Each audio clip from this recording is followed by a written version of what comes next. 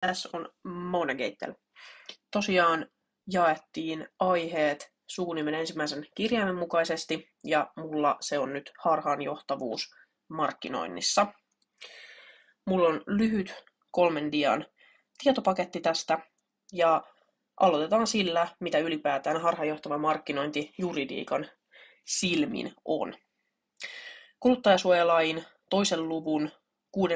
pykälän mukaan markkinoinnissa ei saa antaa sellaista harhaanjohtavaa tietoa asiakkaalle, jolla asiakkaan ostopäätös olisi positiivisesti jollain tavalla vaikuttunut.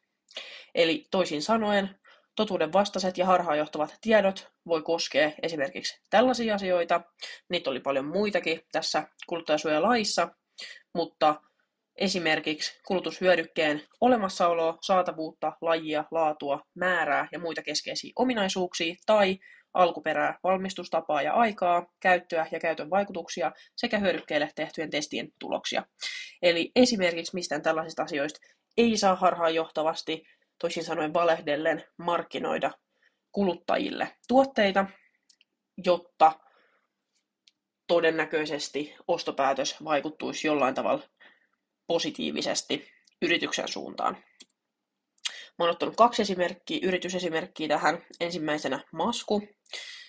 Masku on johtanut harhaan useamman vuoden jo niiden jatkuvilla alennusmyynneillä, eli prosentuaaliset alennusluvut ei ole pitänyt paikkansa. Siellä hyvin todennäköisesti näkee vaikka 500 euron sängyn, jossa on tällä hetkellä 40% alennus. Nämä ei pidä paikkansa edelleenkään, ja vuosina 2009, 2011 ja 2016 Masku on ollut markkinaoikeudessa näistä asioista ja saanut silloin kaikenlaisia seuraamusmaksuja, muun muassa 100 000 ja 200 000 euron maksuja.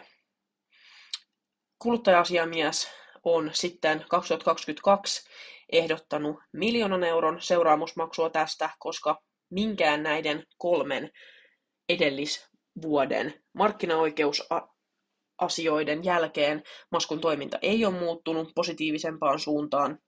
Ja tässä 1 000 000 euron seuraamusmaksussa on tarkoitus ollut korottaa se niin suureksi, että yritys oikeasti ottaa vakavasti tämän asian. Toisena esimerkkinä mulla on Fortum täällä. Pikkasen eri asiaa, eli Fortumilla, eli sähkönjakeluyrityksellä, on ollut tällainen äitimaa televisiomainos, jossa he on harhaanjohtavasti markkinoinut kuluttajille ympäristöystävällisempää sähköä, mitä se tosiasiassa sitten on. Kuluttaja-asiamies on vedonnut kuluttajasuojalain 2. luvun 1. pykälän, 3. pykälän ja 6. pykälään näissä, ja tässä on esimerkiksi tässä televisiomainoksessa käytetty tällaisia lauseita ja sloganeita kuin kohti puhtaampaa maailmaa ja puhdas energia ja kierrätys. Kokonaiskuva on siis mainonnassa ollut harhaanjohtava, koska Fortum on antanut sellaisen kuvan, että se on ympäristöystävällisempää, mitä se tosiasiassa on. Fortum on sitoutunut kuitenkin muuttamaan heidän mainontaansa kuluttaja-asiamiehen edellyttämällä tavalla. Tuossa vielä lähteet ja kiitos.